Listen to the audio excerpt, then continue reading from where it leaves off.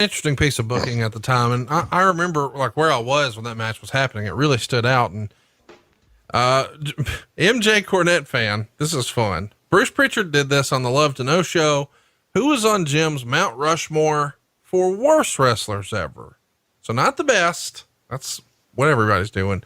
What about the worst wrestlers ever, Jim? You got anybody that comes to mind right away? Well, I didn't want to commit those guys to memory, so they didn't stay long. Really, it sounds crass and cold, but if they got to our level, excuse me, in WWE, with that roster we had already, you pretty well knew you're getting a skilled person. We weren't going to. Ludwig Borger was horrible. What about Brockus, Tiger Ali Singh, Eric Watts? There's a lot of wrestlers that fans are like, he's one of the worst. Tiger didn't catch on, and we spent a lot of money on trying to get Tiger over. That didn't work. Brockus, as you mentioned, was not ready for prime time with any stretch. No way. I liked, as a human being, I liked the Giant Gonzalez as a pro wrestler. God bless his soul. He was just not very good. So look, my take on that, other than just throwing somebody on the bus, which is what a lot of people enjoy these Q&As for, if you could slap somebody, God, that I think that we all are on the same page, most of us fans. We all recognize greatness, and we all recognize not greatness. And most of the people that are on those lists, our two lists there, probably going to match up pretty close. So the ones you would think would be on that list are, but over the years, fewer and fewer of those guys passed through WWE, at least when our group was in place in talent relations. Tim Flowers wants to know, what's the single largest check you've ever seen a wrestler receive? I don't want to know who got it, what company paid it, or what era it was in.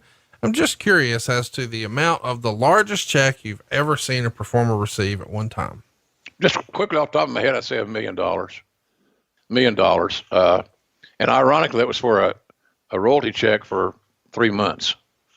So somebody was selling lots of stuff, but $1 million. The thing about this business today is that there's so much.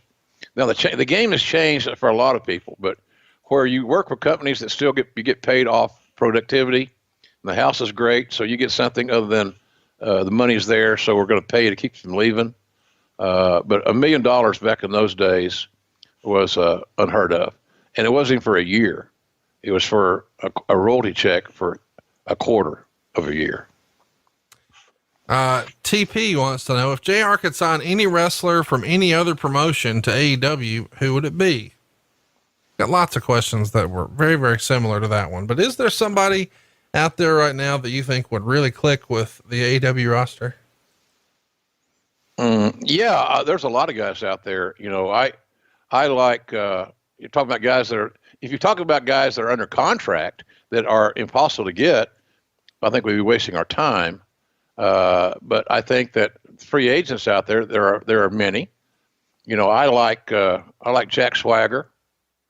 Jack Swagger would be on my imaginary wish list to come to AEW because he's got a lot of skills. He's got size. He's got a background.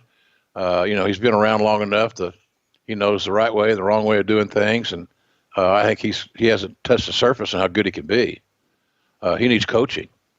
And, he needs, Jack was getting better when he was working so closely with Dutch Mantel because Dutch is old school, good coach, good talent evaluator, former booker, et cetera, et cetera. So Jack kind of had a personal tutor on the road, which I thought helped him a lot. I like, there's a lot of guys. I like Harry Smith, Davey Boyd Jr. I'm not so wild about the name, Davey Boyd Jr. I'm sure he's proud of his father, and I am too.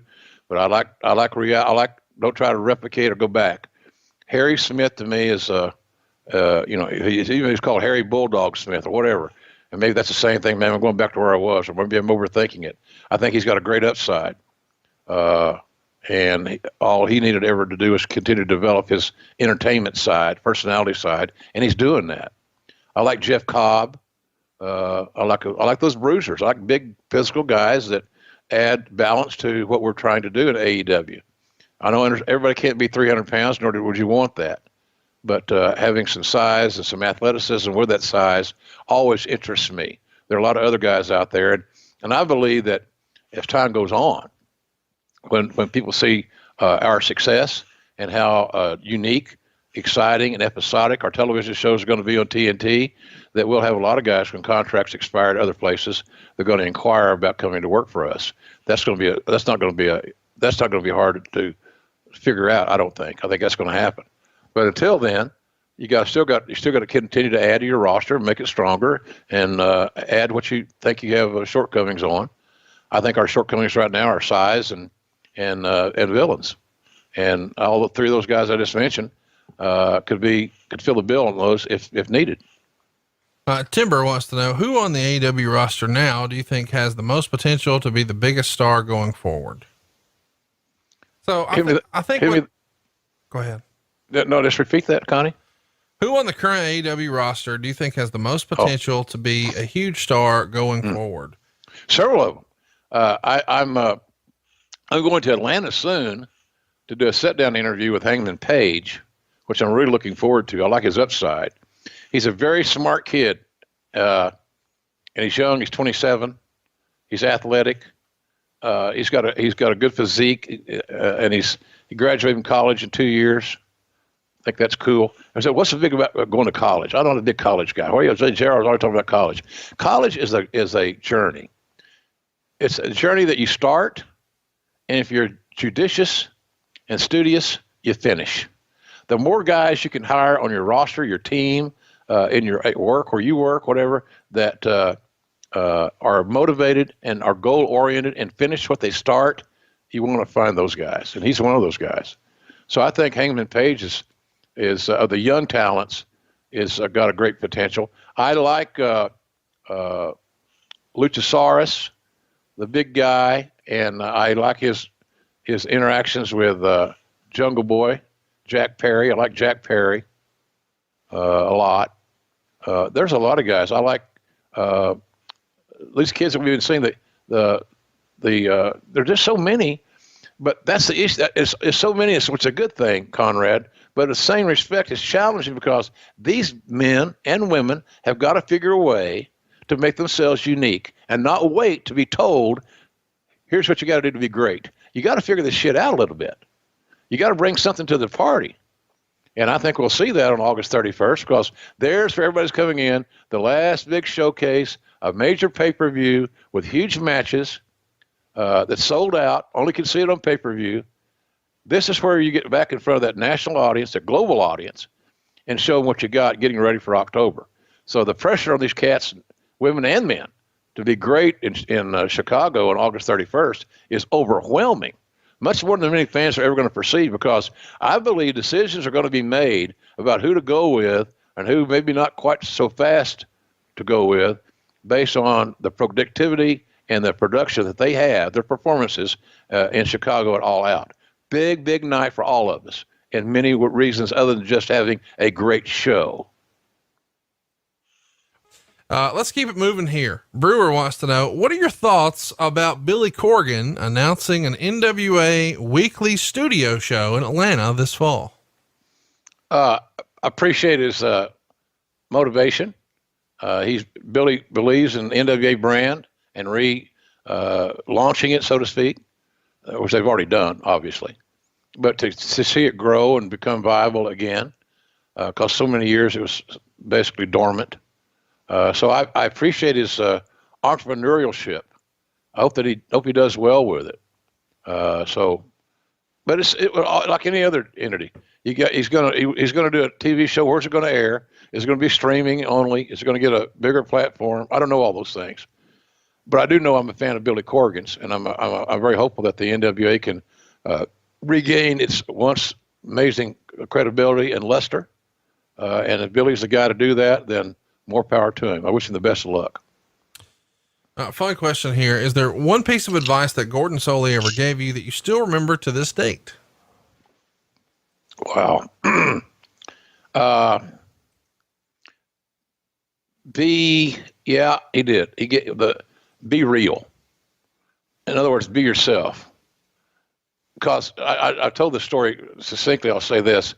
When Gordon was so influential in my career and so viable in my life as a broadcaster that oftentimes, and I still do when I get a little drunk, go off of my Gordon Solies impersonations.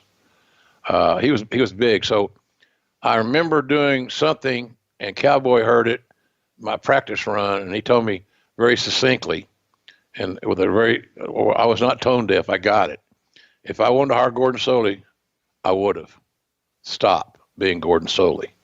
So I redid my rhythm, and so in other words, I took Gordon's advice. I became myself, hoping that myself would be good enough to take me down the road a little bit farther. So be yourself, and quite frankly, it's great advice. You can almost name any job that you're doing. It's like Conrad making mortgages. I guarantee you, when you go do a mortgage with Conrad, he's the same guy that I'm talking to right now. Yeah. Be yourself. And in life, that's a hell of a thing because there's so many phony, fake people, plastic, disingenuous bastards, and you find that a lot in our business. It's sad.